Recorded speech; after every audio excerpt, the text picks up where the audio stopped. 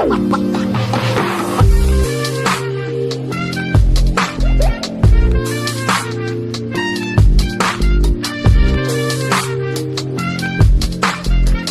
están? ¿Cómo están? Arrancamos como siempre, para aquellos que ya son seguidoras y seguidores de este ciclo, para aquellos que no, les damos la bienvenida. Arrancamos un nuevo capítulo, el noveno de este ciclo de Tinta Fresca. El autor nos cuenta su obra. Este es un espacio, como siempre decimos, dedicado a conocer a los autores, quienes después nos van a contar un poquito los detalles de su obra, la trastienda del proceso de creación. Este es un espacio que, por supuesto, abre la Fundación La Balandra, y hoy vamos a estar hablando con María Rosa Lojo, una escritora muy reconocida de la narrativa argentina, que acaba de publicar Así los trata la muerte, Voces desde el cementerio de la Recoleta, que editó Alfaguara. Así que va a ser un placer charlar con ella. Pero antes de saludarla y presentarla formalmente, como siempre, le voy a dar espacio y lugar a David, el técnico de nuestra sala, para que explique un poquito el detalle de cómo vamos a desarrollar este encuentro y, por supuesto, repase la agenda de actividades que tiene la Fundación La Balandra para los próximos días. Buenas tardes, David. Estás muteado, ¿eh? Buenas tardes a todos y todas. Gracias, Gastón. Bien, primero les vamos a pedir que mantengan sus micrófonos en mudo, ¿sí? Luego Gastón va a indicarnos el momento en que se abra el lugar para las preguntas para María Rosa o incluso para Gastón. Pero mientras tanto, tengamos paciencia y mantengamos el micrófono en mudo.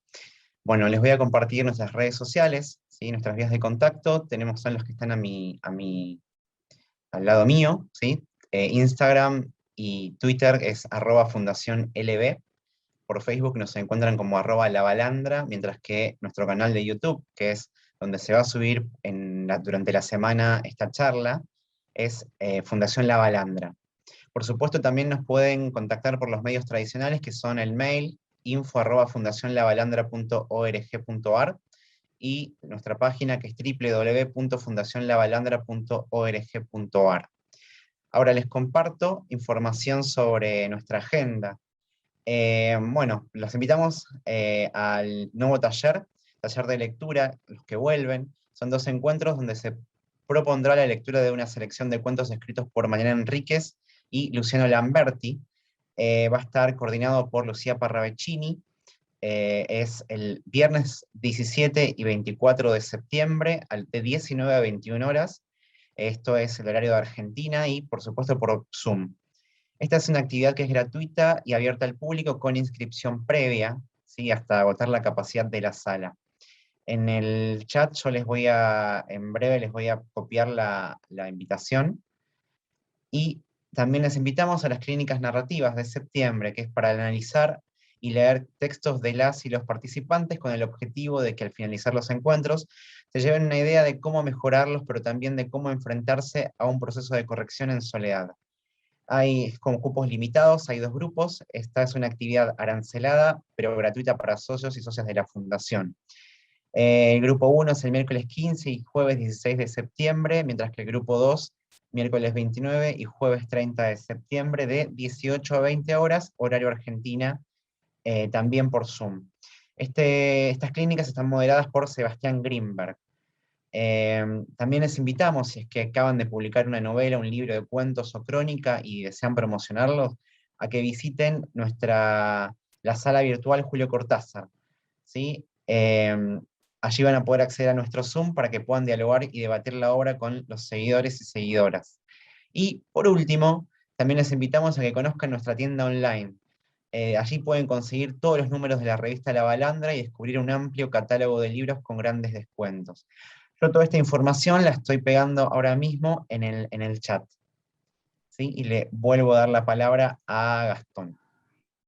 Gracias, David. Muchas gracias. Bueno, ahora sí, comenzamos formalmente. Repaso un poquito, una breve reseña biográfica de María Rosa Lojo. Nació en Buenos Aires. Como decía, es una autora de una destacada producción literaria y académica. Su obra creativa fue traducida a varios idiomas e incluye las microficciones y los poemas en prosas, compilados en Bosques de Ojos, escribió novelas, colecciones de cuentos y el álbum ilustrado El libro de los iniguales y el único sin igual. Obtuvo varias distinciones y premios, entre otros podemos mencionar el primer Premio Municipal de Narrativa de Buenos Aires, el Premio Conex, el Premio Internacional de Poesía Antonio Vicaro de Canadá, la Medalla de la Hispanidad, la Medalla del Bicentenario, el Premio a la Trayectoria en Literatura de Artistas Premiados Argentinos, el Gran Premio de Honor de la Sociedad Argentina de Escritores, el Gran Premio de Honor de la Fundación Argentina para la Poesía y la Medalla Europea de Poesía, y el Arte Homero en Bruselas.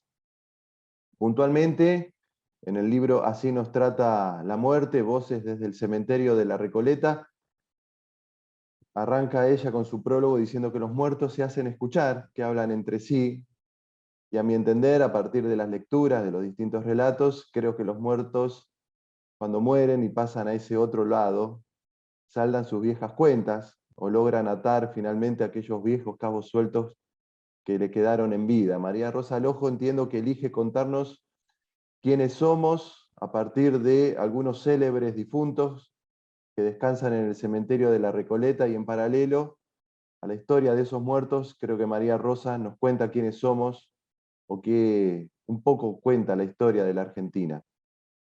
Me quedo con la frase que ella destaca en el prólogo, que es una frase de Quevedo, que sintetiza un poco, entiendo, toda la obra, cuando dice que hablamos con los muertos cada vez que leemos, porque los escuchamos con los ojos. Y creo que en definitiva el libro deja en evidencia que un poco todos somos defensores de las ciencias, pero que también en nuestros rinconcitos somos creyentes de los espíritus. Te doy formalmente la bienvenida, María Rosa Lojo, y te agradezco mucho la posibilidad de compartir con vos este encuentro y charlando, como siempre, es tan hermoso, de un nuevo libro. ¿Cómo estás, María Rosa? Muy bien, Gastón, muy agradecida a la Fundación por esta invitación a presentar mi libro en tinta fresca. El nombre lo dice todo. Y bueno, ya me siento en casa, aparte, porque ya he estado como jurado de concursos literarios, he estado en otro ciclo debatiendo con otro escritor, y bueno, todas las actividades que ustedes organizan realmente son hermosas, convocantes, y mitigan el encierro en el que estábamos desde hace un año y pico largo ya. Así que a Eh, seguir. Más tinta fresca imposible, salió ahora en septiembre Sí, formalmente este libro.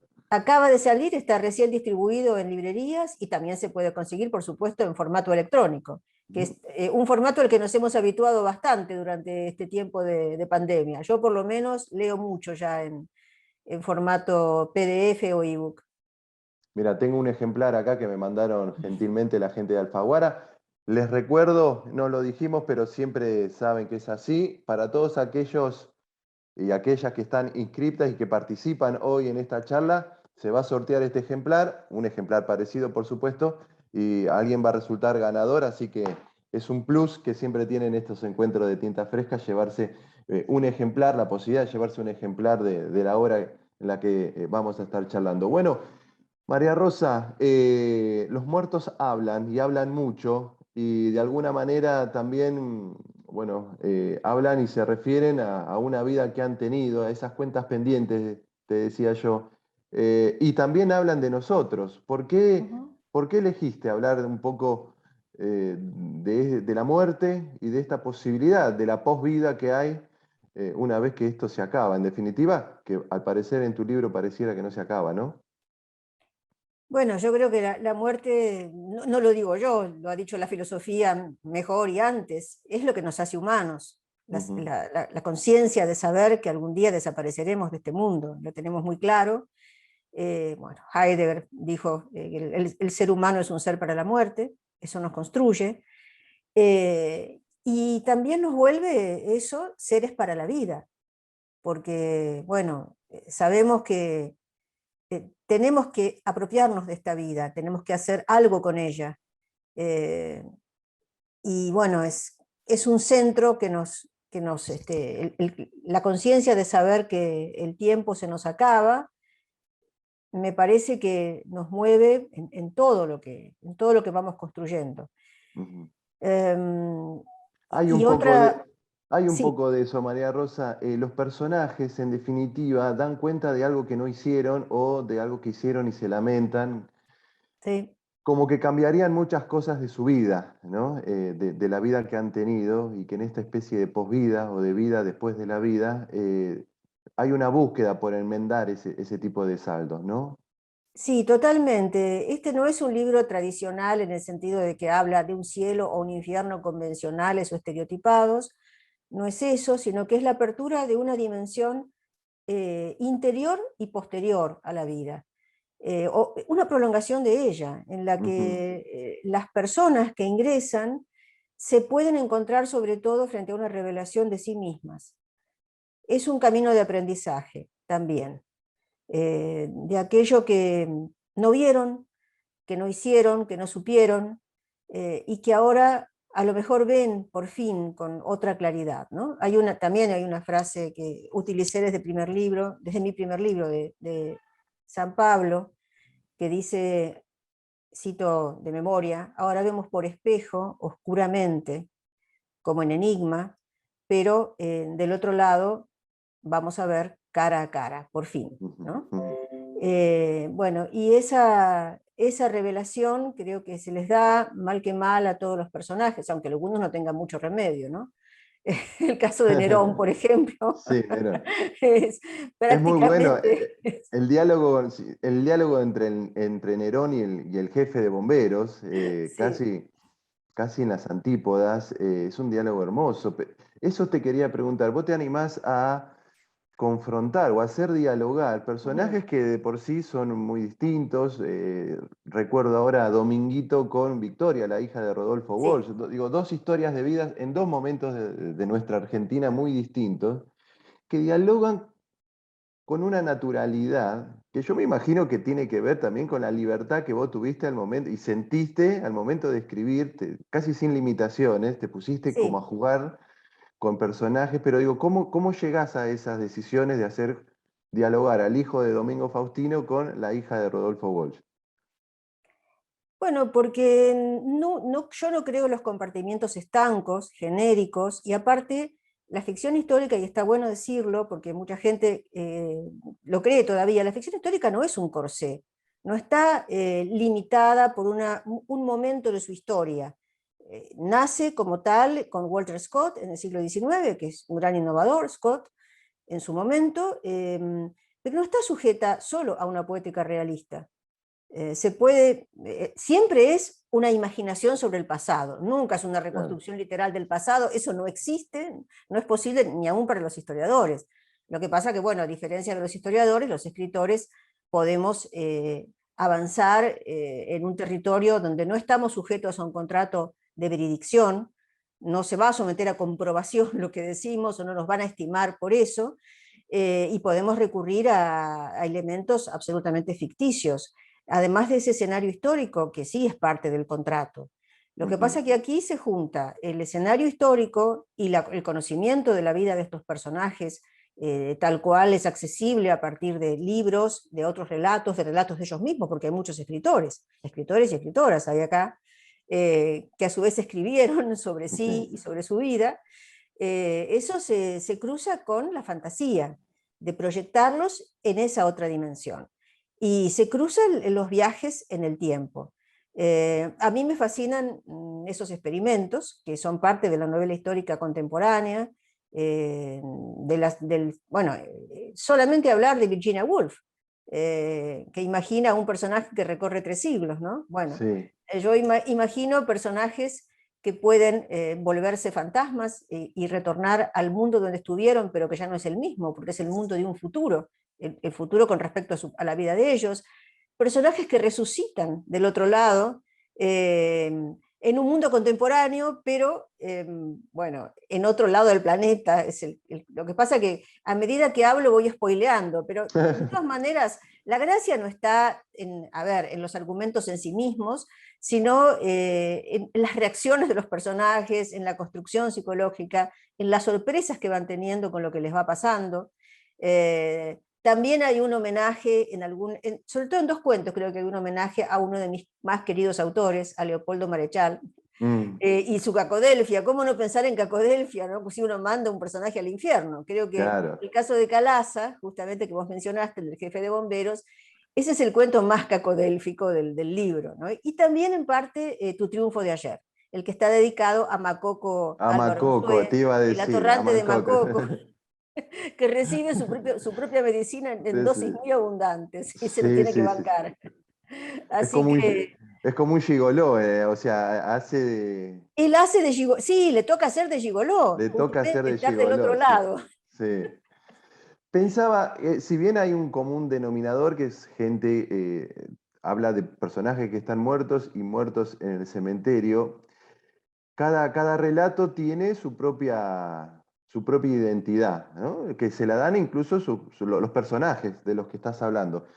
Sin embargo, tengo la sensación, y esto por supuesto te lo pregunto, porque todo proceso de lectura es un proceso absolutamente subjetivo, que hay como una búsqueda de esquivar la muerte fáctica, la muerte real, la muerte concreta, Sí. porque no solo por el hecho de esta nueva dimensión que se abre, que se le abren a los personajes una vez que mueren, eh, sino de esta posibilidad que tienen a veces de interactuar muertos con vivos, fantasmas o brujos con personas. Digo, hay como una dimensión que como que indiferencia los muertos de los vivos, lo posible de lo real, que eso me parece a mí que elude el hecho concreto de la muerte, lo En fáctico de algunos la muerte, casos ¿no? sí, sí, sí. Hay, el caso más claro en ese sentido es La vida sin Don Lucio, que en realidad para Claro. algunas lectoras he reconocido acá entre la gente de los chats, y ya la conocen esta novela, La pasión de los nómades. En La pasión de los nómades es Lucio Victorio Mansilla quien vuelve a la Argentina a fines del siglo XX como un fantasma y logra, porque se cruza en el camino, también es muy loca esta novela, ¿no? Se cruza en el camino con un hada y con el mago Merlín que llegan de Sí, Galicia, claro, sí. donde los había alojado Álvaro Cunqueiro, logra ser materializado, logra volver a la edad de plenitud de su vida. Y bueno, como se siente bastante solo y desconcertado en ese escenario nuevo, ¿a quién manda a llamar? A su ballet de siempre, a A Manuel Peña, Manuel. que Manuel Peña existió, no lo inventé yo, es un personaje histórico, por eso hay un epígrafe tomado de una de las causeries de Sí. Lucio, donde habla de, bueno, de Manuel Peña, que había llegado a su casa analfabeto, que aprendió a leer y escribir solo y a hacer cuentas, o sea, un tipo muy inteligente. Dice que solo se diferencia de mí en el hecho de que yo soy el amo y él es el criado. Sí, Y bueno, y de alguna forma es una revancha de Manuel, que por fin, o sea, no se priva de criticar a Lucio, a quien quiere y admira, y al mismo tiempo, bueno, ve también en todos sus defectos y debilidades. Y logra independizarse de sus dos amos, de Lucio y de Merlín, Mm. que lo tiene esclavizado también, Claro. y de alguna forma prolongar su vida en la Tierra, en la contemporaneidad actual. Pero bueno, no digo más porque ya se van a enterar cuando lean No, este pero te quería cuento, se preguntar enterarán. sobre ese cuento de Lucio, porque está contado desde desde la perspectiva de De Manuel, Manuel, ¿no? sí, sí, ¿Por qué tomas esa decisión de contar? Porque cuenta casi la vida de Lucio. ¿Por qué la sí. contás a partir de la mirada de Manuel?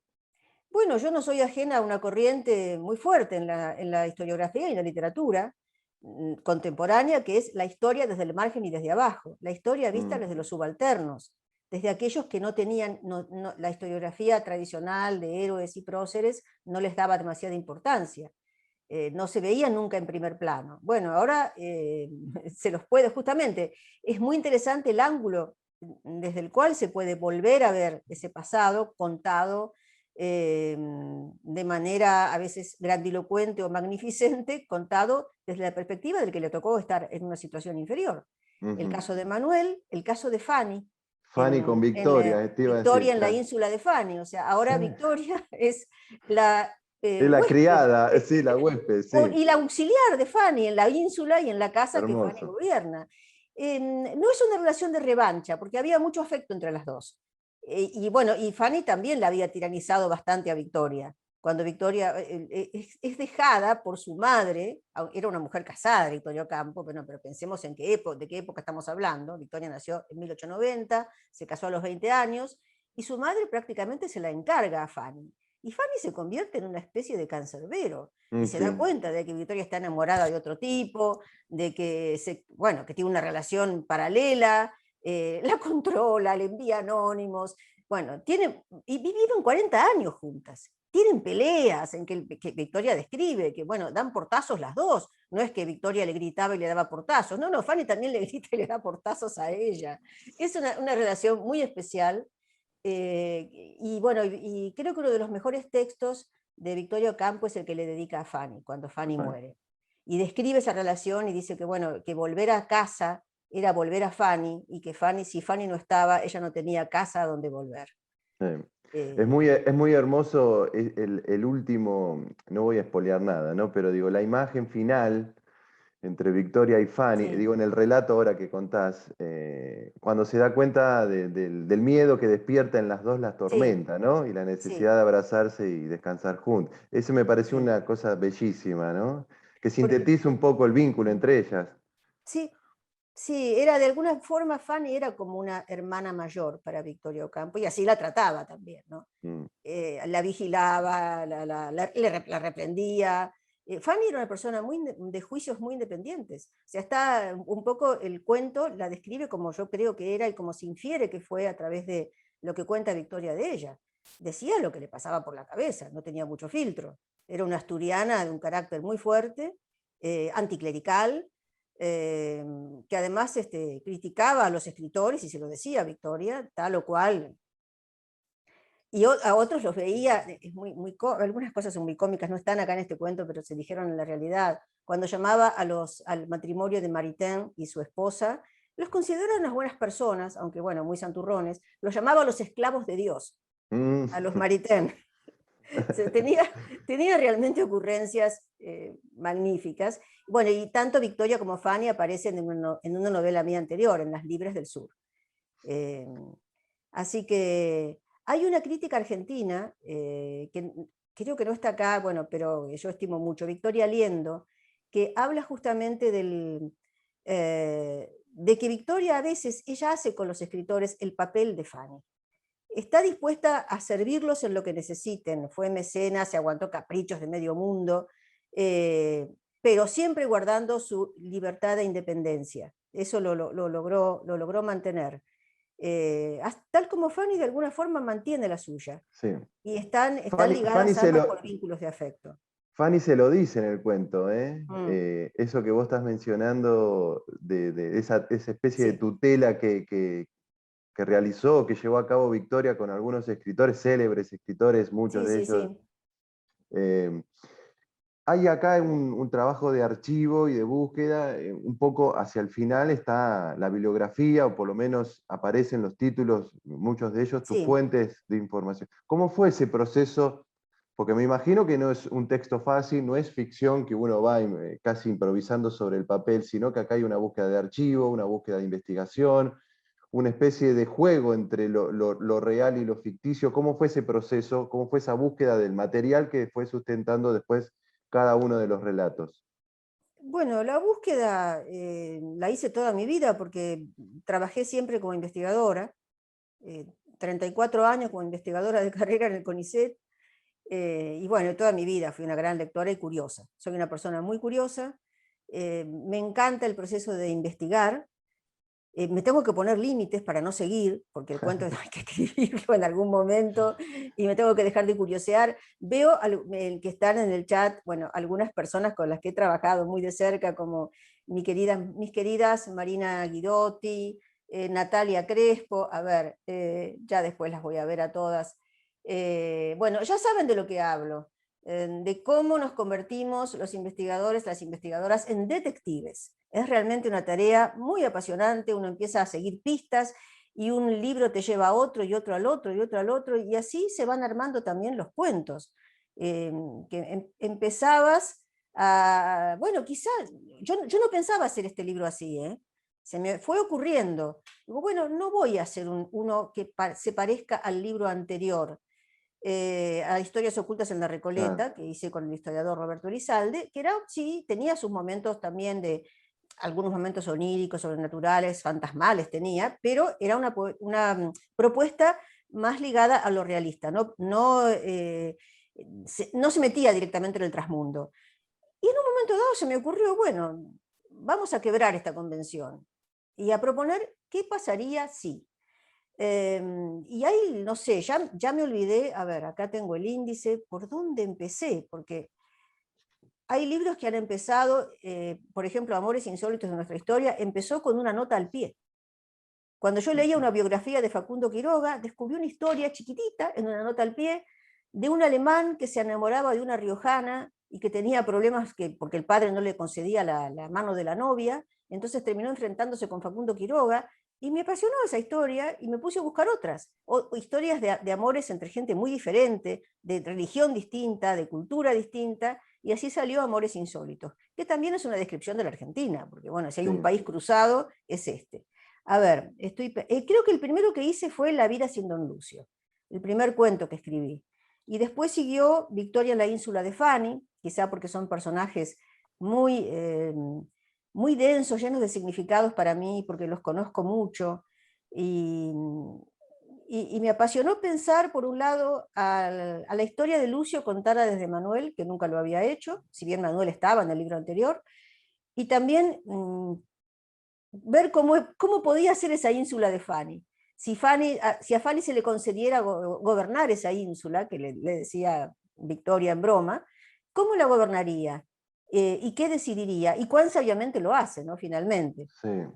Y bueno, después creo que seguí bueno, con Dominguito y Vicky, que vos los mencionaste y que se parecen. En realidad, lo que cambia ahí son las circunstancias históricas y la ideología, el concepto que cada uno tiene de la patria, la causa por la cual combaten, pero los dos en realidad se parecen mucho y combaten por su patria, ambos, cada uno a su manera.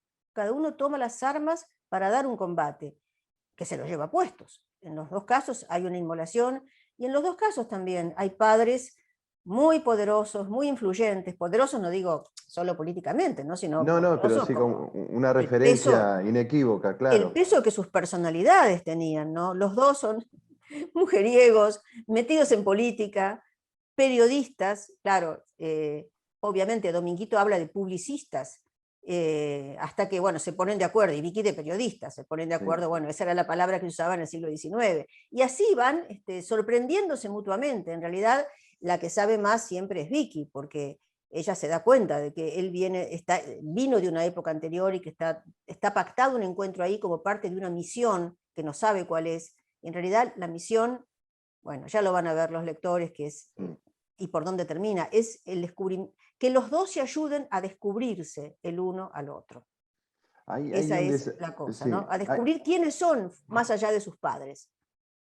hay un desafío ahí que encaraste como escritora que me parece a mí, bueno, realmente muy llamativo y elogioso, porque no es un desafío fácil. Primero, escribiste en primera persona, casi todos los relatos, si no me equivoco, están en primera persona, y toma la primera persona una persona que realmente existió, vivió No y en tanto, mucho... sino que hay mucho diálogo, ¿eh? Es un poco Hay, engañoso eso. Hay en primera persona, pero también hay mucho diálogo. pero Sí, pero es además, cierto lo que decís. Yo tengo un gran claro, ejercicio de parodia, o sea, parodia en el sentido de imitación, de pastiche de otras voces. Eso también. pero voces que son conocidas en muchos casos, Mm, o que refieren a personajes muy conocidos. Y además hay escenografías muy distintas porque suceden desde ujú, mediados del siglo XIX hasta fines del siglo XX, sí, el último relato. Y por supuesto los relatos cambian y se adaptan a los tiempos en los que suceden esos relatos, ¿no? Digo, la descripción de los escenarios, el uso de los términos es muy diferente si uno, porque sí, aparte están puestos cronológicamente los relatos de los más antiguos a los más nuevos.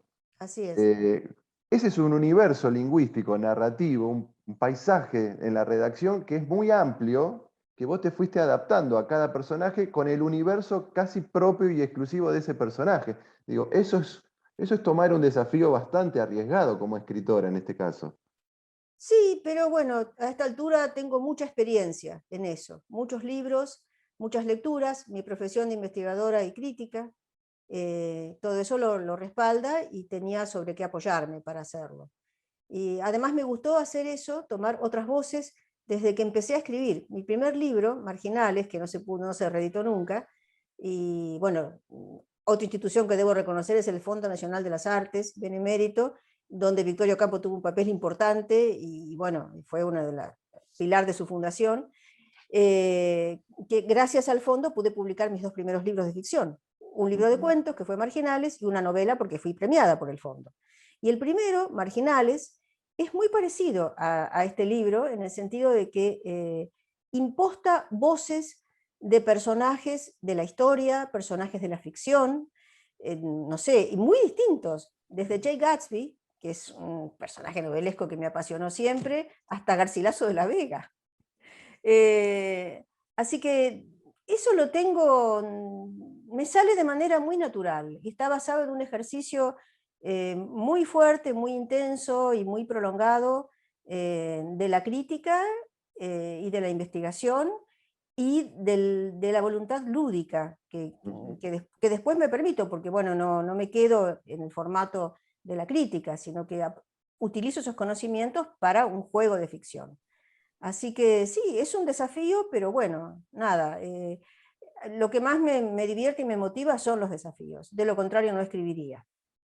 Por eso me gusta que los libros no se repitan, que cada uno suponga matices y pruebas distintas, y que me lleve un poco más lejos que los otros, o me lleven a lugares distintos, no sé, más lejos, a lugares diferentes. Así que es eso. María Rosa, ¿por qué la muerte como objeto de trabajo y de escritura? Bueno, te lo decía al principio, porque es la condición limitante y al mismo tiempo de proyección de nuestra vida. No seríamos lo que somos, no seríamos humanos, por eso se habla de una posthumanidad, cuando hay fantasías que también las hacen los historiadores, como Harari, que es historiador y divulgador, que habla de, bueno, de un futuro en el que a lo mejor los seres humanos por fin son inmortales. Bueno, ya sería una posthumanidad, entraríamos en otra cosa. Pero los humanos somos humanos porque somos mortales. Eso hasta ahora nadie pudo romperlo, esa limitación y también ese nivel de ansiedad y de proyección hacia no solo lo que tenemos que hacer en vida con el poco tiempo que esa vida supone, sino cómo vamos a proyectarnos hacia un destino más allá, que los seres humanos no dejamos de ansiar. Podremos ser ateos o no, o creyentes, pero en el fondo de todos nosotros hay una inmensa resistencia a la muerte. Eso creo que todo ser humano, salvo que esté, bueno, enfermo, que esté en una posición de grave deterioro, todos y todas lo tenemos, ¿no? El deseo de no morir, el deseo de ser. Quiero quedar en mí si es que alguien soy, es una frase de Borges. Así que a mí me gusta fantasear con el más allá, precisamente porque no lo considero muy distinto del más acá, porque hay poéticas como la de Swedenborg o la de Blake, que también son poetas de revelación y teólogos de revelación que me gustan para mi propia poesía. Yo tengo, bueno, una obra poética paralela a la de la narrativa y entrelazada con la narrativa también, que siempre juega en ese borde. Hay un libro de Bosque de Oz que se llama Historias del Cielo, que está dedicado exclusivamente a pensar poéticamente el más allá y sus paradojas. Y la literatura es una forma de apertura, de grieta en la percepción, de fisura en el mundo utilitario que nos rodea, que nos encapsula. Es un momento en que vemos otra cosa. Y bueno, mis poetas fundantes han sido un poco los poetas, digamos, a veces llamados malditos o no, pero bueno, poetas de la revelación, de otro lado. Rimbaud fue una figura central en mi adolescencia, Hölderlin, distinto a Rimbaud, lo fue también. Bueno, Olga Orozco, la he seguido siempre en Argentina, Pizarnik, por supuesto, ¿no? Son poéticas que a mí me han interpelado toda la vida.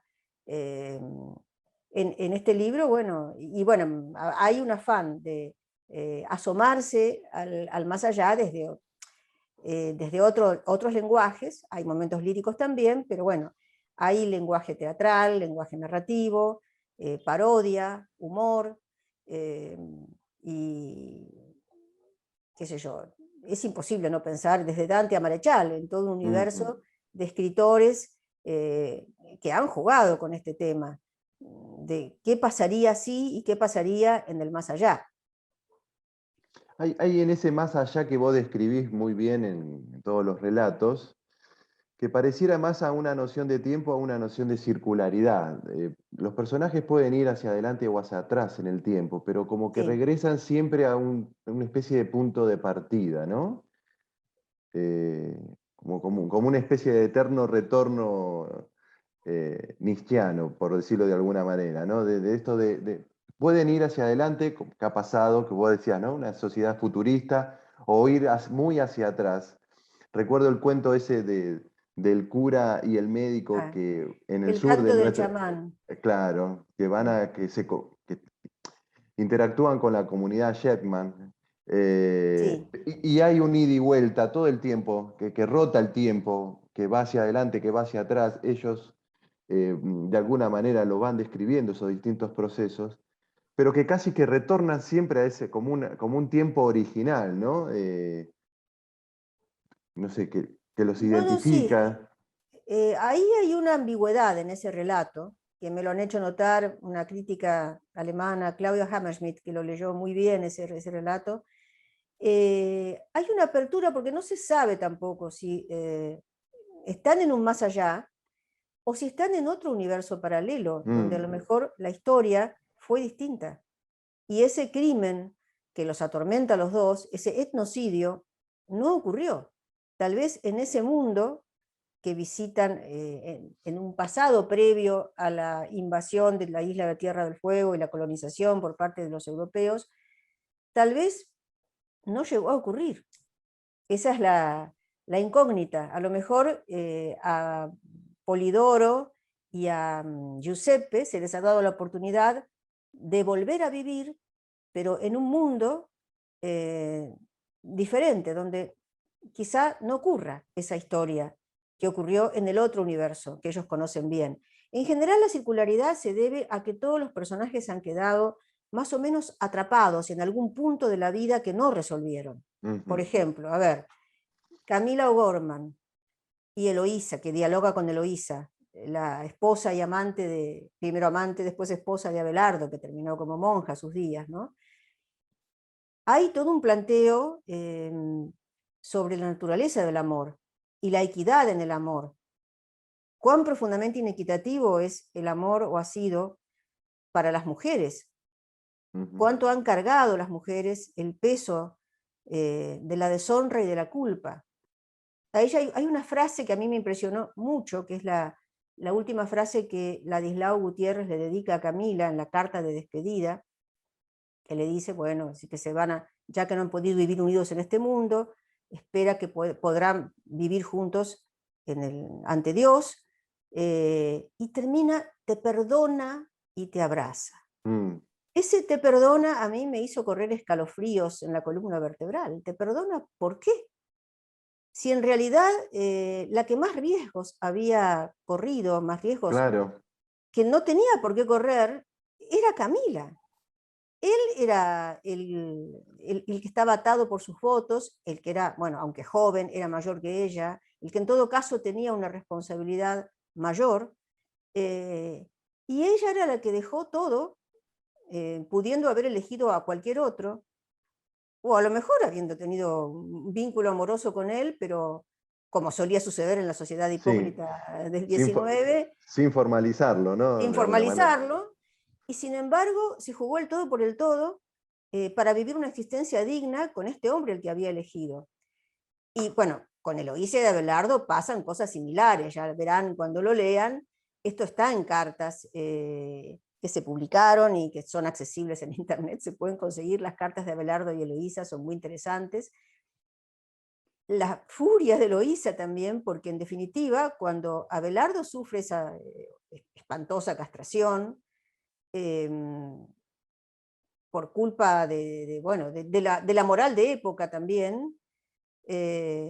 Acá me río porque Sí. me pone un lector, quizás te perdonan, sí, yo también pensé en el vicio de oficio, pero bueno, a ver, no tenía que seguir ejerciendo de cura ya a estas alturas, ¿no? También la relación de Abelardo con Eloísa es muy injusta para Eloísa, es muy injusta. Hay un planteo, creo que, bueno, muy fuerte, no solo desde la perspectiva de este siglo, porque siempre existió ese planteo en la historia, más oculto, más silenciado, pero las mujeres se han quejado, las mujeres educadas se han quejado mucho de las injusticias de las que fueron víctimas como género. Por supuesto, la ficción histórica es anacrónica en el sentido de que siempre vamos a mirar al pasado desde lo que vivimos hoy y desde las preocupaciones y los temas que nos absorben hoy, ¿no? Por eso, bueno, yo obviamente tengo una mirada feminista sobre el pasado y soy una mujer del siglo XX y XXI. Pero Eloísa ya tenía esa mirada, la tiene ya, y no deja de reprocharle a Abelardo la manera en que se ha portado con ella. La que no pudo decir nada, porque no sabemos, pobrecita, qué hubiera llegado a decir, fue Camila. Así que por eso la hago hablar en esta novela, en este cuento, y bueno, un poco atormentarse, y por algo Ladislao no está. Ladislao no está porque no quiere venir, no está porque ella es la que no perdona y no lo puede recibir, o no lo quiere recibir, o no está lista para recibirlo, porque algo se rompió ahí, algo no quedó claro. En realidad, lo que hace Camila, en definitiva, es ir en busca de la madre, que es la que la puede contener, la madre Claro. espiritual. Su madre de la tierra, no, la madre Claro, Eloísa, la que ha pasado por Eloísa, lo mismo que ella y claro. la puede contener, y puede comprender profundamente lo que le pasa, y también siente esa tremenda y violenta inequidad. Mm. Y así pasa Bueno, con todos, ¿no? Con todos tienen sus asignaturas pendientes, por eso esa circularidad, ¿no? Mariquita Sánchez de Thompson, que quería ir a París y nunca pudo en vida, y va lo hizo, después lo hace después, y en lo la hace otra vida, después, en y la otra bueno, y vida. todos, y Calaza quiere resolver, porque Calaza es un personaje extraordinario, o sea, yo ya lo había descubierto con un libro de investigación que hice, que fue sobre los gallegos en el imaginario argentino. Calaza fue un héroe cívico, realmente, y también militar en el sentido de que era jefe de bomberos, ¿no? Era jefe de una fuerza, pero no una fuerza del orden, sino una fuerza de salvataje. Era un inmigrante de La Coruña, que hizo una carrera desde el vamos, desde la nada, impresionante, y fue un héroe adorado por la comunidad, un hombre muy, muy heroico.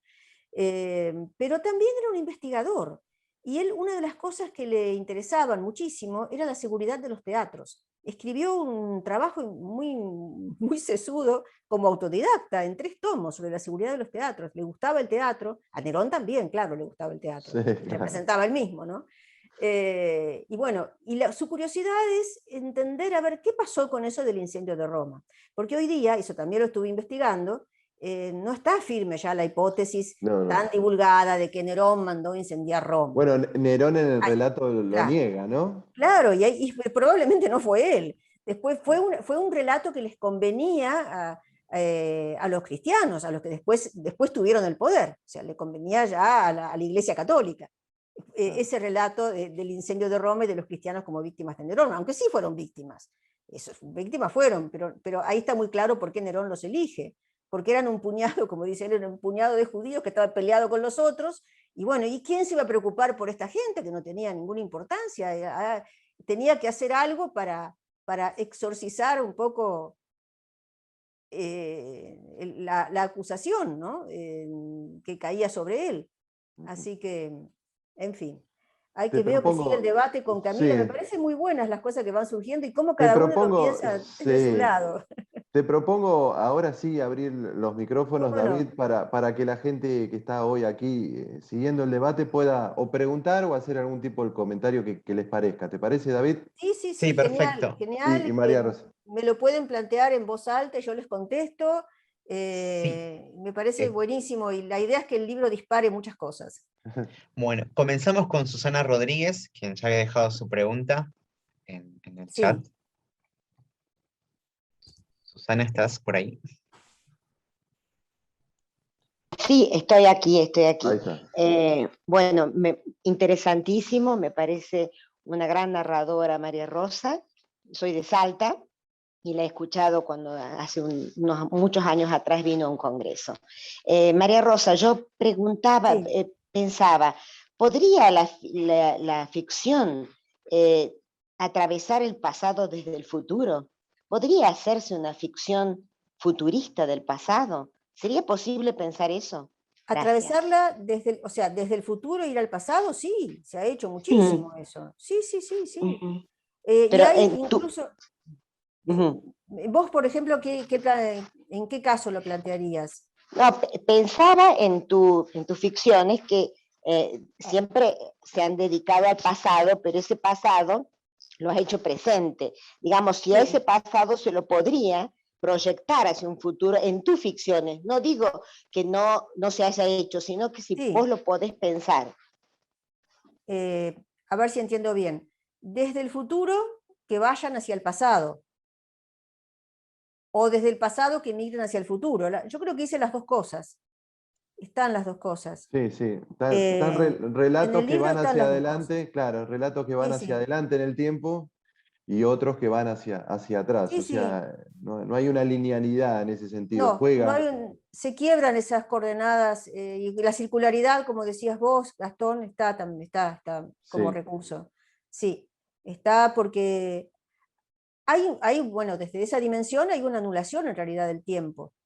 Hay una obra que yo leí de joven en la adolescencia, El tiempo y los Conway, de Priestley, muy buena, que me impresionó mucho, y que me doy cuenta que ha vuelto, en cierto modo, el influjo de esa obra en buena parte de mi ficción, y está además en la novela Todos éramos hijos. Está en esa novela, conjunto con la de Arthur Miller, Todos eran mis hijos, las dos.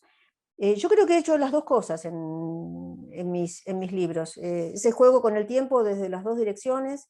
Me gusta mucho verlo en otras ficciones. Y bueno, incluso estuve estos últimos meses, encontré una serie en HBO que se llama Los Visitantes o Beforeigners, donde el tiempo parece fluir en las dos direcciones. Llegan visitantes extraños a la Escandinavia, creo que es Noruega, donde está la serie, o no, Dinamarca, me parece que es el escenario actual. Llega gente de diferentes épocas, pero a su vez parece, y eso veremos en la segunda temporada, que espero que haya, que hubo gente de esta época contemporánea que migró hacia el pasado y después volvió a la época presente. Está muy bueno eso. A mí me encanta como posibilidad narrativa, creo que tiene muchísimas aristas, porque no solo por una cuestión meramente histórica, en mí lo histórico siempre está impregnado de una búsqueda antropológica. Por algo, el pasado ha sido definido por Huxley como ese país extranjero donde las cosas se hacen de otra manera. Viajamos no solamente a un tiempo anterior, sino a una cultura anterior, a una forma de ser humanos que es distinta de la nuestra, sin dejar de ser una forma humana. Así que me parece que todo eso es muy válido y que la ficción histórica es un trampolín magnífico que se puede usar para todos estos experimentos, sin dejar de tener su interés histórico, ¿no? Gracias, Susana, ¿eh? Bien, ahora continuamos con Cris Bariliaro. Cris. Cris, ¿estás por ahí? Si no, podés leer vos la A ver, pregunta. yo lo busco. A ver Acá dónde Sí, estoy. no, Ahí la está, pregunta es... ahí Acá está estoy. Cris, ¿eh? Ahí está Cris, sí, sí. Hola, bien. gracias. La voz la escucho, no la veo, pero la escucho. Sí, pero A ver. Te escuchamos bien, Hola, Cris, Cris. ¿eh? Uy, se me fue a mí. No, te escuchamos bien, No, Cris, no, ¿eh? Y te se te vemos. ve y se te Ay, escucha ahora. hola. Sí, a Hola. mí, ¿qué tal? Yo empecé leyendo la historia del hijo perdido. Ah, esa es de Cuerpos Resplandecientes, de otro Sí, no libro. sé, yo la Sí, leí sí, solita, la sí, sí, sí, encontré sí, así de casualidad sí, en internet. Y después leí La Princesa Federal y sí, también compré Bosque de Ojos. Y siempre hay algo que a mí me preocupa. sí. Si yo quiero hacer un relato histórico, tengo que partir exclusivamente del hecho histórico tal como fue. Es imposible partir del hecho histórico tal como fue. Siempre son construcciones los hechos históricos. No Claro. tenemos acceso a la historia tal como fue. Siempre recibimos relatos, interpretaciones, hipótesis, tenemos acceso a documentos, pero no a hechos. Podemos partir de esos relatos, todos los que investigamos la historia, los que escribimos sobre la historia, partimos de relatos, partimos de libros historiográficos, partimos de obras literarias, bueno, de otro tipo de obras, incluso arquitectónicas, artísticas, de todo. Pero los hechos no siempre los imaginamos. Los escritores y escritoras con mayor libertad que, bueno, los que están en el pacto de la historiografía, que tienen que ser científicos, aunque sean también, como dijo Hayden White, científicos narradores, porque apelan en definitiva al relato. Pero es un relato que está sometido a otros pactos, a otras pautas, a otras exigencias, y el nuestro, bueno, lo que busca en definitiva es la verdad poética. A través de esa inmersión en la historia se busca construir una verdad poética. Así Ah, que eso me gustó. sí, Eso sí, me gustó. esa es la verdad Sí, propia de la literatura y del arte, es la verdad poética. claro, porque Eh, siempre me asusta el hecho de no respetar el hecho histórico, importante. Qué no, sé el yo, si hecho no. puede estar, pero está dentro de la ficción, está procesado en la ficción. La ficción tiene que darte los elementos para que vos entiendas qué está pasando, sin necesidad de estar continuamente recurriendo a libros de historia. Vos tenés que entender internamente lo que pasa, pero en definitiva está procesado desde una estética ficcional, desde lo que el autor quiere, desde el mundo del autor o autora. Esa es la cosa, ¿no? Porque la ficción histórica podría perder su carácter de tal, porque, pongamos, hay un cataclismo, pasan, no sé, 500 años, y después del cataclismo la gente ya no sabe qué pasó. Una hipótesis así totalmente fantasiosa, pero bueno, podría ser. Que nadie sepa qué ocurrió verdaderamente en el pasado. Entonces, encontrás libros de esa otra época, antes del cataclismo, y no sabes qué ocurrió. ¿Cuáles te cuentan historias verdaderas y cuáles te cuentan historias imaginadas? Pero tienen que Seguro, ser válidos como historias.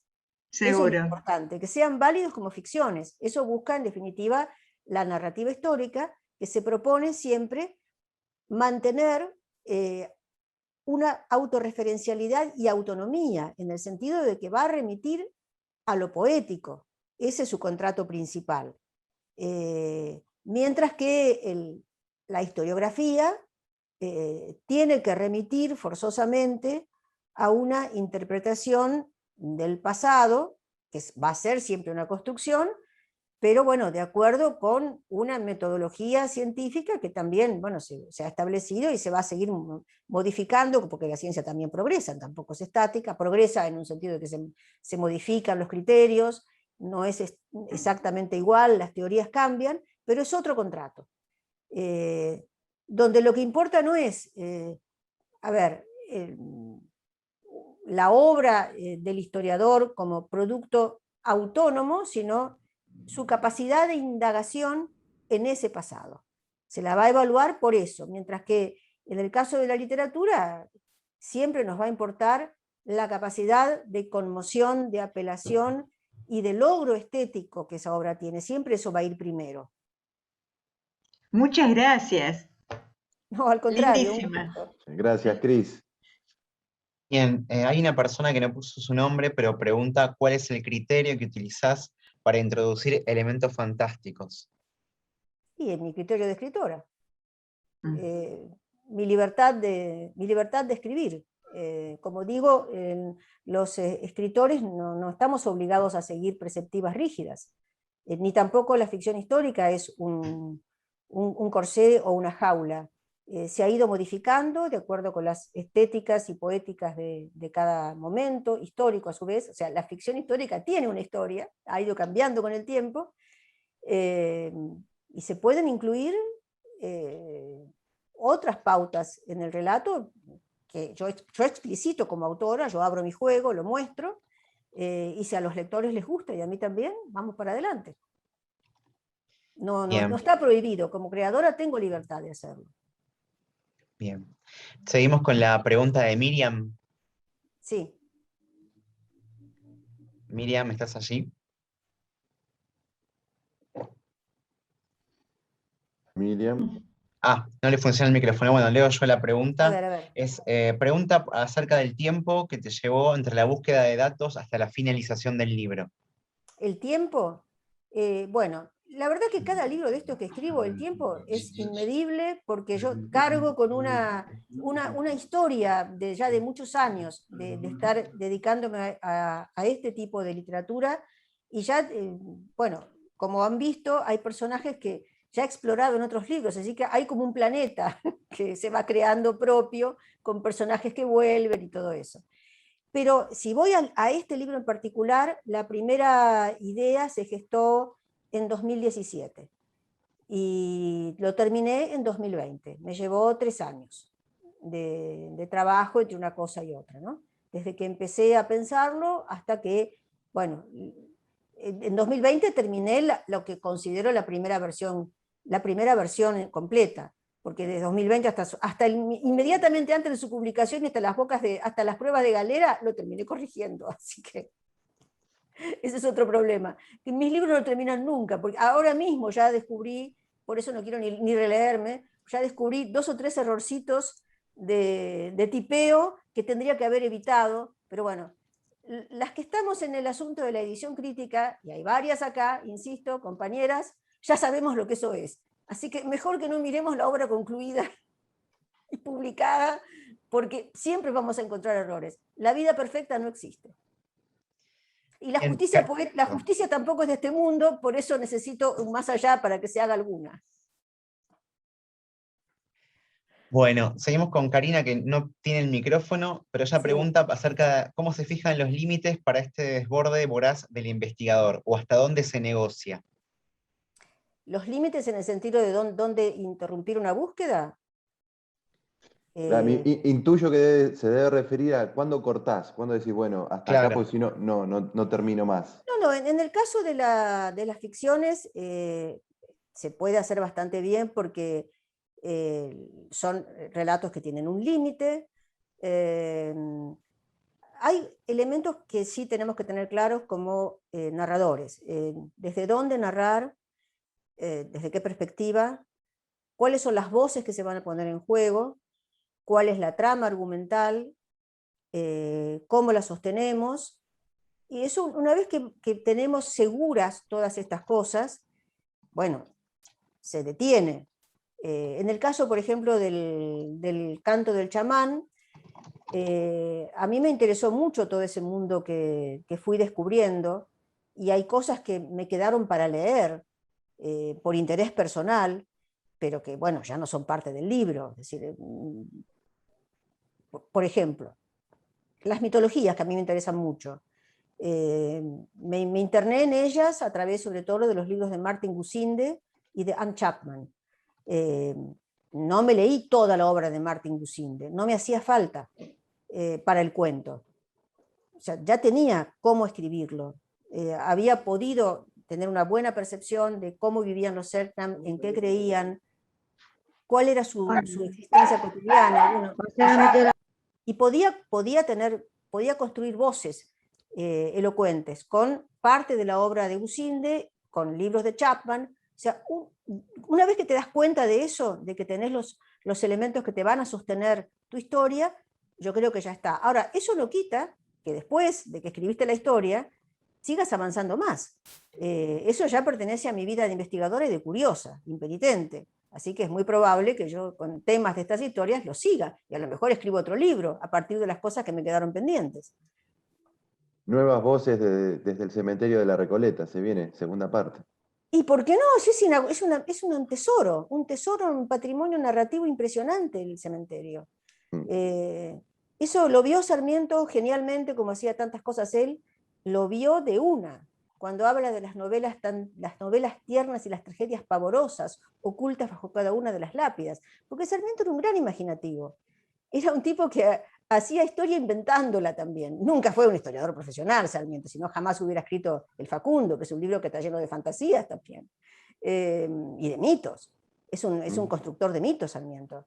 Y tenía esa capacidad extraordinaria de ver enseguida qué se podía hacer con un material narrativo. Y lo hizo en buena parte, ¿no? Así que por eso este libro se abre con un epígrafe de Sarmiento, y el libro anterior se abría con un epígrafe de Sarmiento también, ¿no? Gloria y loor, que estamos en el Día del Maestro, Es por verdad. las cosas que Sarmiento enseñó y las que creó que siguen siendo disparadores para todos, aunque lo discutamos y aunque no estemos de acuerdo con todo. Él tampoco estaba de acuerdo, era un polemista. Así que lo mejor que podemos hacer con Sarmiento para honrarlo es discutirle. Se hubiera sentido verdaderamente en su salsa. Mira, ya estamos en el tiempo. Sé que hay gente que quiere seguir preguntando. No sé cuántas preguntas quedan pendientes. No quiero abusar Quedan 3 o 4, igual tenemos a A ver, Felicita ya aquí hay una que para dice hacer su acá, pregunta. Sí, y después a está ver si Miguel y Felicita, sí, María pidió Inés. turno. Sí. No quiero abusar del tiempo de María Rosa, pero la idea es que no quede ninguno sin preguntar. Así que Yo tengo todo vamos. el tiempo dedicado a esto y me encanta, así que son mi fiesta y mi felicidad desde el encierro en el que estamos casi todos todavía, así que para nada. Bueno, vamos con Felicita, ¿viene ahora? ¿Sí? Felicitas, Sí. estás muteada. Estás muteada, Felicita. A ver, ahí va. Se te Sí, escucha. ahora sí. Bueno, gracias María Rosa, un placer escucharte como siempre. Está con problemas de conexión, sí, y de Con problemas de A ver. conexión. A ver, ahora Ahora sí. Ahí mejor, ahí sí. Para. Ahora sí. voy a sacar la imagen. Eso. Ahí va. A ver. ¿Ahora sí? Sí, se escucha mucho mejor. Vos sabés qué pensaba mientras indagábamos en lo que es la literatura ultraterrena, pensaba en Dante, pensaba en todos aquellos en quien se inspiró el gran Dante Alighieri, y me preguntaba si esta instancia de escribir desde la literatura ultraterrena no permite que estos personajes sean como un juego de espejo, donde nosotros prefiguramos el anverso y el reverso, en definitiva como caras de una misma moneda, que, por ejemplo, en la ínsula, con Sí. Fanny y Victoria, en definitiva se complementan. Hay un juego, digamos, de espejo que me parece fascinante. Pensaba en Fanny y en Victoria, ¿no? Pero también en Lucio y en Manuel, digamos, y en donde aparte estos personajes, donde no tuvieron la voz cantante en la literatura canónica, Sí. ahora hablan. Se necesita esa literatura ultraterrena para que hablen. Y por eso decía yo que como en este mundo no hay justicia, la hacemos en el otro, aunque sea en la literatura. Sí, en buena parte es eso, o sea, el cambio de roles es muy desestabilizador y muestra, bueno, el otro lado de la moneda, como bien decís vos, sí. Está hecho muy deliberadamente, ¿no? Tanto en el caso de Victoria y Fanny como el de Manuel y Lucio. Aunque el de Victoria hay una ternura femenina muy particular entre las dos, ¿no? Con Manuel y Lucia hay algo más de distancia, aunque no deja de haber afecto, y en el caso de Lucio, como en el caso de Polidoro, lo que atormenta a estos personajes son deudas que tienen por su función en la tierra, ¿no? Polidoro como médico, que en definitiva vio el principio del exterminio y no lo impidió, y Giuseppe como miembro de una comunidad que en parte contribuyó a él, aunque no fuera esa la intención, pero bueno, terminó involuntariamente contribuyendo a ese resultado. Y el caso de Lucio, bueno, el tema del pacto con los ranqueles, que Manuel lo describe bien, ¿no? Él fue padrino de bautismo, se comprometió a que tuvieran otro destino, y después se fue. Y bueno, ahí están las explicaciones, que el da se da en la Pasión de los Nómades, en este cuento, en fin. Bueno. Gracias, Felicita. Podemos Gracias seguir por la pregunta súper interesante. Perdón, con María Inés Laboranti. Hola, María Inés. ¿Cómo estás, María? Otra colega del mundo de la investigación. Muchas gracias. Bueno, una pregunta concreta, volviendo un poco. El historiador trabaja con la pulsión de hacer hablar a los muertos, aunque Sí. en realidad desea que hable ese muerto en particular, Sí, sí. ¿no? La biografía tiene ese precedente. Ahora, en tu tarea de reconstrucción o de elaboración de esos personajes, ¿qué te preocupa? ¿De qué te preocupa más? ¿Descubrir o que se conozcan aspectos no conocidos o poco conocidos de esos personajes históricos? ¿O en realidad a vos te sirven para... son como funcionales a tu propia poética, ¿no? Más allá de la verdad histórica en el hecho o en el relato que haces de ellos? No, son funcionales a mi propia poética. Es un poco lo que dije. La finalidad fundamental del poeta, no puedo decir la palabra poete porque no, soy de otra generación. Así que ya saben que incluyo a las mujeres, a LGTB todos, pero no me sale. Ya me crié en otro mundo. No, la finalidad fundamental de quienes creamos es esa, es que creamos un mundo estético autónomo, en definitiva. Ahora, eso no quita que yo haya trabajado muy profundamente sobre los personajes que recreo y que reconstruyo, pero lo reconstruyo desde mis propias pautas imaginarias, mentales, estéticas, en la búsqueda de un efecto estético, eso seguro. Mi finalidad fundamental es que la gente lea mis libros, sobre todo, como el acento está puesto en ficción. Históricas son, pero son ficciones. Entonces, que se lean desde el paradigma de la ficción y con la libertad de la ficción, ¿no? Ahora, también en esas ficciones, parte de la gracia, si se quiere, es mostrar aspectos insólitos, inéditos, diferentes del cliché. Es en parte el poder de ruptura que la ficción histórica tiene, de desmontar clichés, prejuicios, estereotipos, desautomatizar la percepción. Eso también, desde ya. Muchas gracias. A vos, María Inés. Bien, podemos ir con Ricardo Piccolo.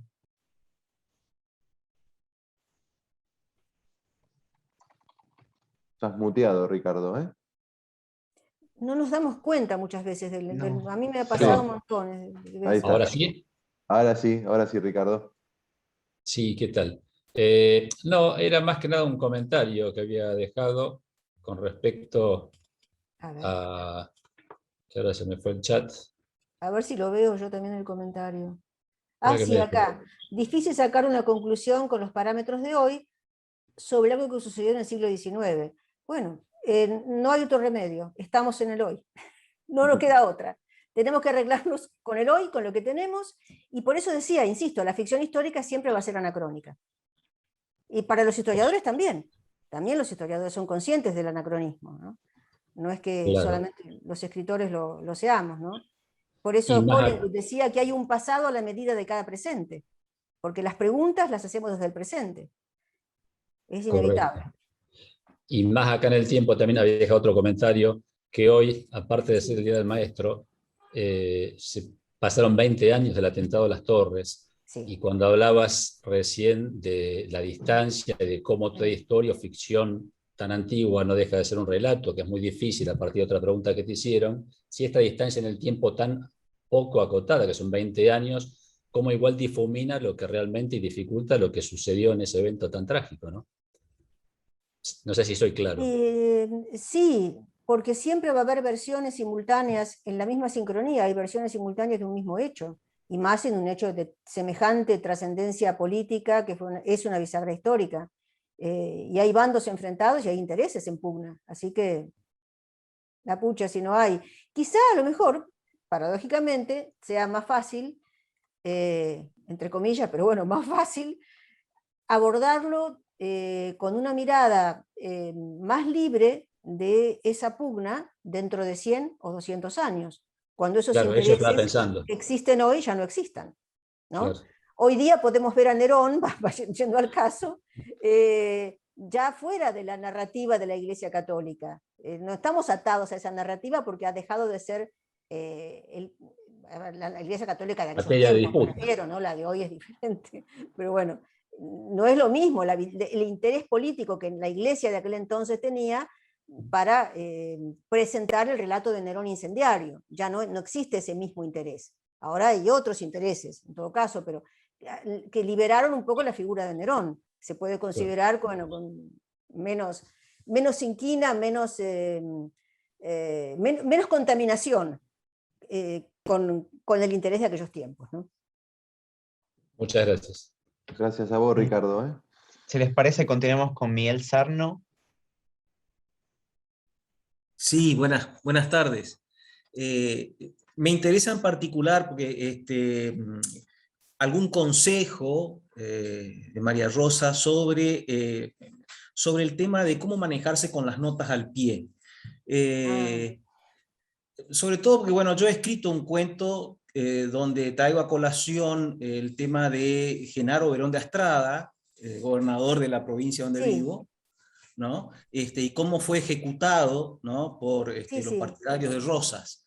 Y bueno, ese cuento me llevó a hacer toda una investigación sobre el tema, y por ahí me encontraba con opiniones que me decían, bueno, pero resulta un poco pesado el tema de tantas notas al pie, ¿no? Y sí, creo que eso es verdad. Las notas al pie en una ficción no tendrían que estar. Pueden estar en ediciones académicas, que es otra cosa. Hay público, insisto, sigue habiendo público acá que se ha dedicado al tema, así que pueden y deben estar en ediciones académicas. Pero en una edición destinada a todo público, la verdad es que es innecesario. No. Se puede poner, yo siempre lo pongo en los cuentos, sobre todo, me gusta poner las bibliografías en las que me he basado, las básicas, las fundamentales, porque considero que el lector de este tipo de libros es un lector especial también, en buena parte. Es un lector que tiene una curiosidad particular y que va a querer amplificar en algún momento información que aparece aparece por supuesto procesada como literatura, pero va a querer saber de dónde lo saqué, dónde puede enterarse de más. Eso creo que sí es útil, la bibliografía. Pero hacer un cuento que tenga muchas notas me parece que entorpece. Recuerdo una experiencia que tuve ya en calidad de investigadora, docente y crítica para el Plan Nacional de Lectura, que fue en el 2010. Yo compilé una antología llamada Historia y Ficción. Y la idea que me fue sugerida y la acepté porque me pareció muy buena, era una antología destinada a escuelas, así que para que los chicos aprendieran, fue, bueno, poner todos esos cuentos de autores clásicos y contemporáneos, de Mujica Lainez a Silvia Plager, qué sé yo, de todo había, de provincianos y porteños, varones y mujeres, y de todas las épocas de la literatura argentina. Los cuentos estaban libres de notas, pero se le pidió a un historiador profesional, generalmente investigador y docente, una breve reseña, breve pero sustanciosa, con una mini biblio, que eso lo pedí yo especialmente, como para que profesor y alumnos se pudieran enterar en qué contexto se producía esa historia. Eso para las escuelas resultó muy útil y todavía hoy lo siguen usando porque está colgado en internet. Participé hace muy poquito en las Olimpiadas Nacionales de Historia, dando un conversatorio sobre cómo escribir un cuento histórico, justamente, y bueno, siguen usando ese libro. Yo creo que es una solución intermedia a nivel escolar, es buena, es útil, no perturba la lectura del cuento y por otro lado guía, como para que los lectores escolares se enteren de qué pasó en esa época, lo básico, pero que lo tengan. Ahora, si vos publicás tu libro como autor de ficción, yo no te recomendaría cargarlo de notas, aunque podés ponerle bibliografía. ¿Por qué no? Eso no estorba, está al final, podés poner un posfacio, un breve prólogo. Es un poco a gusto también y como te sientas más cómodo. Y también pensando en qué tipo de lectores vas a tener. Siempre el horizonte de la recepción condiciona también. Una edición escolar No es lo mismo que una edición común, ni es lo mismo que una edición académica, ¿no? Muchas gracias. Al contrario. Gracias, Miguel, ¿eh? Bien, podemos seguir con Luciana Fernández.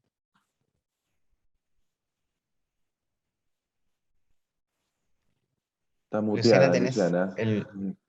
Ahí está. Ahora sí. ¿Qué tal? Un gusto, la verdad, Igualmente. escucharla. Mira, te quería pedir un consejo. Sí. Realmente yo estoy empezando con literatura infantil y juvenil, y ahora estoy en el proceso de una novela, como puse ahí, que está inspirada en un hecho histórico que ocurrió en Alicante, que se llama La Gran Redada, bueno, que hoy se lo recuerda, y se reivindica toda esa injusticia. Y bueno, me encuentro con una gran dificultad, porque a mí me cuesta mucho esta cuestión del de lo histórico, o sea, porque la historia aporta un montón de elementos que uno tiene que tomar para desarrollar, Sí. por más que después haya un desarrollo fantástico. Así que te quería preguntar a ver qué consejo te parece en esta cuestión de la parte histórica, ¿no? ¿Cómo lo puedo llegar a destrabar un poco? ¿Dónde estás? ¿En qué altura de la novela? ¿O de tu proyecto? No sé si es novela o Y yo es novela. estoy tengo como más o menos 12, 13 capítulos, Ah, pero bastante ya. no hay secuencialidad, o sea, y hay mucho de lo fantástico, porque en realidad estos personajes no van a estas cárceles reales, sino que van abajo de la tierra. Bueno, hay toda una cuestión muy simbólica con esto de abajo de la tierra, y todo lo fantástico más o menos fluye, pero el tema es que tengo ese temor de meter la pata con algo, ¿no? Y más con una cuestión tan delicada. Pero tu duda, ¿cuál sería? No saber suficiente. ¿Cómo? Claro, sí, a mí me cuesta, la historia me resulta un ámbito difícil. Y me parece que me faltan elementos de época, me faltan elementos en relación a la realidad de la época con los gitanos, si bien leí bastante, pero bueno, no es fácil. Por eso me llama mucho la atención este cruce fantástico y historia, me parece muy difícil. A mí Bueno, es difícil, o sea, uno de los problemas de la novela histórica es que es muy laboriosa, lleva mucho tiempo, porque Sí. la investigación no podés dejar de hacerla, por más que después tengas que sacar los andamios. Son tus Claro. andamios, pero tenés que sacarlos, no tienen que verse. Sí, Y lo sí. que se ve es la punta del iceberg. Por abajo hay muchísimas cosas que vos hiciste y que no las vas a usar en ese... los lectores no las van a ver, pero vos sí las tenés incorporadas y te van a servir. Y yo creo que ahí el límite es imposible decírtelo yo cuál es el límite, sino que vos tenés que sentirlo como autora, cuando estás realmente segura. Anotarte las dudas que tengas y tratar de resolver, eso te puede ayudar. Te haces una lista con tus dudas, por ejemplo, vos tendrás personajes ya delineados, con 12 o 13 capítulos ya tenés personajes. Las situaciones en que están ya las tenés pensadas seguramente. Bueno, tenés que plantearte las dudas que tengas con respecto a eso y si no estás segura de cómo resolverlo y te falta información, buscarla. Claro, está bien. Y ahí te vas a sentir mejor parada, ¿no? Después Claro, siempre hay que recordar eso, ¿no? Que esa información no tiene que estorbar el flujo narrativo ni el impacto poético. Tenés que procesarla de tal manera que surja naturalmente en el discurso de los personajes. Hay muchos recursos para hacerlo. Bueno, los diálogos son uno, las cartas, los diarios personales. No puede estar como un ladrillo nunca la información. Claro, no, Tiene que estar totalmente amalgamada, totalmente incorporada a lo que es poética narrativa. Pero si te falta información, sí, tenés que buscarla porque no vas a estar en paz hasta que la tengas. No te sientas afligida porque tardes mucho tiempo, porque esto lleva mucho tiempo. Claro. Y si no lleva mucho tiempo, es muy sospechoso, diré. Hay algo que no está funcionando bien, así que no te preocupes por eso. Te lleva el tiempo que te tenga que llevar. Muchas gracias, es muy amable. Al contrario. Gracias, Luciana. Ahí veo Sí, dos manos levantadas, ¿no? Sí, podemos ir con María Laura Pérez Gras. Colega, otra más. María Laura. Estoy acá, estoy Ahí intentando habilitar también la imagen. Bueno, María Rosa, un placer escucharte como siempre. Hola Y Laura, yo estaba bienvenida. pensando... Otra más del team el team de las editoras críticas e investigadoras. Están a Sí, full. sí. No, y además es lindo acompañarte, y pensando un poco en la pregunta de Miguel, después voy a mi pregunta, pero pensando en la pregunta de Miguel, me acordaba de tu libro justamente de las historias ocultas de la Recoleta, el hermoso prólogo a los cuentos, cómo ayuda a los lectores a situarse, ¿no? Que lo hizo un historiador. Sí, esa es una posibilidad también a la que se puede apelar. Yo no repetí un prólogo así porque ya está hecho y porque ya hay información suficiente. Pero el prólogo también es un buen recurso. El prólogo, el posfacio, lo que sí me parece que estorba, y vos como escritora también, también lo sabés, que Laura también es escritora, los textos, y Natalia Crespo, que está por acá, las dos, tenemos los mismos vicios de investigar y escribir. Sí, totalmente. Así que, bueno, y Marina Guidotti, que es investigadora, Patricia Bayanela, que también la vi por ahí, que es profesora, gran profesora, bueno, hay mucha gente del oficio, Irma Carbia, que también hay tanta gente conocida que no sé cómo agradecerles a todas. Claudia Ferradas, bueno, miles de gracias por estar acá. Lo que creo que en una edición normal, digamos, no tiene que estar cargada de notas, pero el prólogo y el posfacio, la bibliografía, para mí no estorban, porque al que no le interesa, bueno, les pasará por encima. Y para los interesados están ahí, están disponibles, no es algo que moleste. Me parece que es un buen recurso al que se puede apelar. Exacto, es un paratexto que complementa, y bueno, y el que lo quiere abordar, lo aborda. Bueno, yo voy en realidad a una pequeña reflexión que hago desde ser lectora tuya desde siempre, y de acompañar, digamos, todo este recorrido. Y me parece que hay algo que uno empieza a descubrir en las lecturas de ciertos escritores, que le puede leer la obra entera, ¿no? Como pasa, por ejemplo, con Virginia Woolf, que uno observa ese recurso del moment of being, ¿no? Ese momento en que ella siente que ahí hay una revelación en la historia que cuenta, o Borges cuando ese encuentro de los personajes que de alguna manera revelan la identidad compleja de ese personaje que se refleja en otro. Bueno, en tu obra y en esta también claramente está esta tensión de los opuestos, ¿no?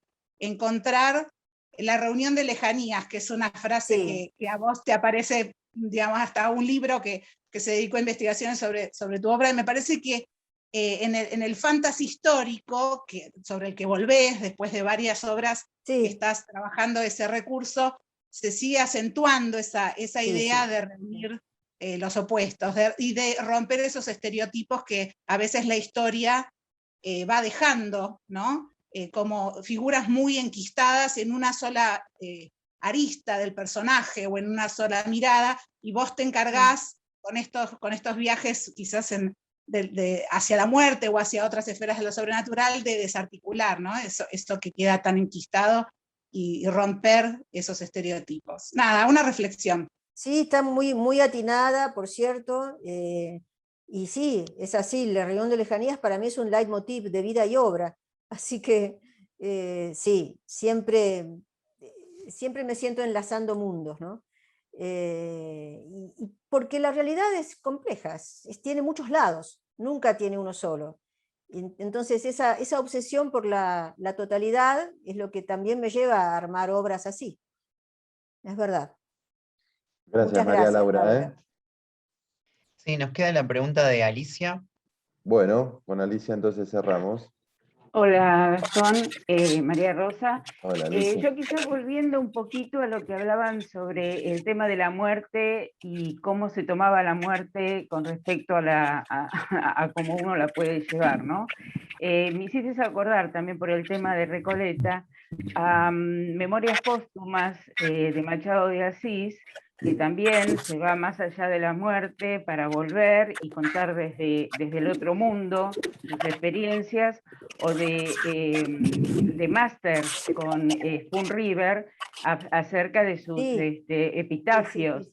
Me hiciste acordar mucho cuando hablaste con Gastón al principio, bueno, yo tuve problemas para entrar hoy, pero que hablaba sobre el tema de la muerte, entonces parece como que este tema de volver de la muerte para hablar en el presente o en un futuro es cíclico, y vos también lo hiciste porque, por ejemplo, lo de Recoleta me hizo acordar mucho a Master, sobre todo con Spoon River. que habla de los epitafios que están en cada lápida. Sí, ese libro poético es muy lindo libro y siempre lo menciono, justamente en referencia a este tipo de propuestas. Porque así que... es como que hay siempre un ida y vuelta, y a pesar de las épocas, porque bueno, estamos hablando de 1800 y pico, ¿no? Con Machado, y vuelve, y vos también volvés con lo mismo, o sea, como que es un tema que da mucho y que realmente, bueno, apasiona, evidentemente, porque hay una atracción hacia lo que es la muerte y la vida. Sí, que para mí no son espacios, o sea, yo lo veo siempre como continuidad y circularidad también, y en algún punto es una suspensión del tiempo. Justamente la ficción histórica termina anulando el tiempo, como una paradoja, pero está lleno de paradojas todo ese campo. Termina anulando el tiempo. Así que bueno, muchas gracias por la pregunta. Yo no quiero dejar de contestar a nadie, porque veo que hay otras. Gracias. A ver, muchas gracias, Alicia. Acá hay una de Judith, de Julie. Cuando un investigador quiere hacer una historia, no solo es buscar libros, enciclopedia, o algunos investigadores contemporáneos también investigan por red, sí, es lógico, es una de las herramientas que tenemos. Un investigador se pone la capa de un periodista y empieza a entrevistar a una persona para ampliar su mente y ponerse en el lugar del entrevistado según lo que cuenta. Rodolfo Walsh, para escribir Quién mató a Rosendo, tuvo la ayuda de diferentes personas para llevar a cabo su libro. Los investigadores son muy interesantes. Ah, bueno, sí, yo creo que sí. Por lo menos, no sé si son muy interesantes en sí mismos, pero bueno, son gente interesada, eso sí, muy interesada en aquello que trabajan. Ahí está Liliana, que tiene la mano en alto. Sí. Liliana, que quiere hacer una pregunta. Estás muteada, Liliana, ¿eh? Ah, Liliana Marino. Hola, Liliana. No se te escucha, Liliana, estás el muteada. Micrófono. No nos ve. Está en Francia, Liliana, para colmo. Ahora, horas altísimas de la noche, y no es pobre. Hola, ¿me escuchás? Ahora sí. Bueno, mira, es mi despedida porque, bueno, aquí es muy tarde ya y yo estoy en París y, bueno, hice el imposible para poder asistir.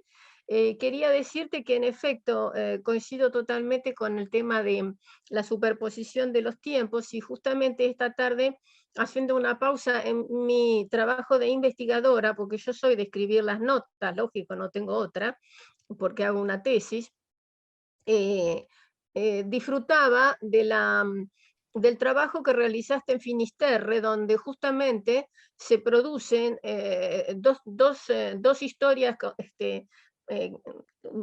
digamos, diferenciadas en dos una tiempos. gran cantidad de tiempo, entre una joven y una mujer que sobrevivió a todo un tema que los lectores conocerán algunos.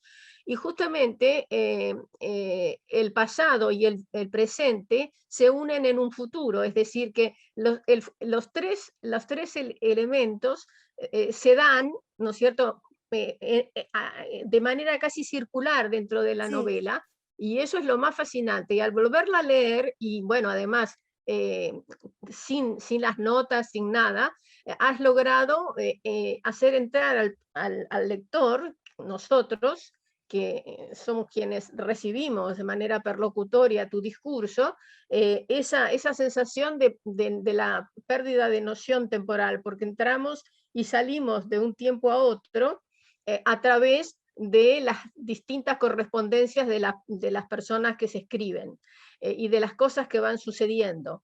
Así que quería agradecerte eso. No hace más que confirmar un elemento, a mi juicio, que tal vez algún día haré en un artículo sobre vos, sobre un elemento que es una base temática de tu escritura, que es justamente la cohabitación permanente del pasado, presente y futuro, que es una marca de escritura tuya. Es verdad, Liliana, es así, tienen los dos muchísima razón, Gastón y Liliana. Bueno, Liliana es profesora e investigadora, como se me han dado cuenta. Le agradezco muchísimo que se haya quedado sin dormir para escuchar en vivo esta presentación, así que me siento muy, muy honrada. No, yo no podía ser a menos, porque no pudiendo volver a Argentina, viéndote de tanto en tanto y escuchándote de tanto en tanto por teléfono, lo mínimo que podía hacer era estar acá presente y, bueno, conocer a otras personas acá, muchísimo gusto para todos ustedes. Así que, bueno, ahora ya mañana toca otro día de trabajo y ya aquí comenzamos las clases, así que, bueno, hay que seguir trabajando los lunes. Así que, bueno, muchas gracias y ya te digo, tu elemento temático básico está fundado en la cohabitación permanente entre el presente, el pasado y el futuro. Y eso es lo que enriquece profundamente tu escritura. Para mí, personalmente, creo, amén de la riqueza maravillosa de tu español, por supuesto, que para mí es un placer presentar en fragmentos muchas veces a los alumnos para demostrarles que el español es una muy bella lengua. Ay, gracias Liliana, muchas No, es gracias. la verdad, porque es muy difícil a veces elegir un texto del español para mostrarles a los chicos franceses, ¿no es cierto?, cómo se escribe en el español del Río de la Plata de otra manera que la que muchas veces vemos.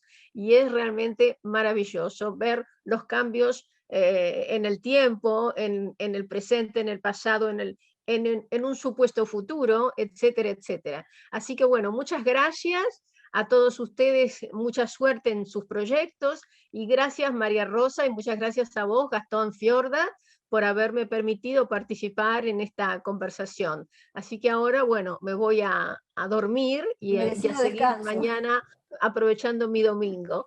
Bueno, un abrazo y mucha suerte. Hasta Otro pronto. abrazo enorme, Liliana. Hasta pronto, cariños. Gracias, Liliana. Un beso grande. Hasta luego. Gracias a todos ustedes. Bueno, adiós. y quiero también mencionar que otra persona se quedó sin dormir desde muy lejos, que es mi hija desde Berlín, que la Igual veo que ahí. yo a la misma hora. Está ahí, no habló, pero ahí está. Bueno. Así que, bueno, cuánta gente querida. Bueno, adiós. Gracias, adiós, Liliana, por estar acá. Muchas gracias. Bueno. Muchísimas gracias. Alicia Cisca, que la veo también acá en la lista de la Universidad de Salvador. Bueno, Claudia Ferradas, perdón. Gerardo Martínez. Inés de Oliveira Cesar, la cineasta, muchas gracias por estar. Bueno, a otras personas ya las nombré. Realmente muy, muy agradecida por el acompañamiento. A María Eguis, mis compañeras de colegio desde la primaria, María Julia Bernal, María Luján Romero, que también están acá. Martín Trocet, compañero de aventuras mancillescas virtual todavía, porque ni nos conocemos. Martín hizo la excursión de los indios ranqueles durante la pandemia. Mira. Así que es mucha gente loca que está unida. Mirta Hortas, querida colega y amiga, bueno, Norma Loati, a la que también estuvo trabajando en los equipos de investigación, y Norma fue mi auxiliar con parte de la investigación de este libro. Está acá en los créditos al principio de la página inicial.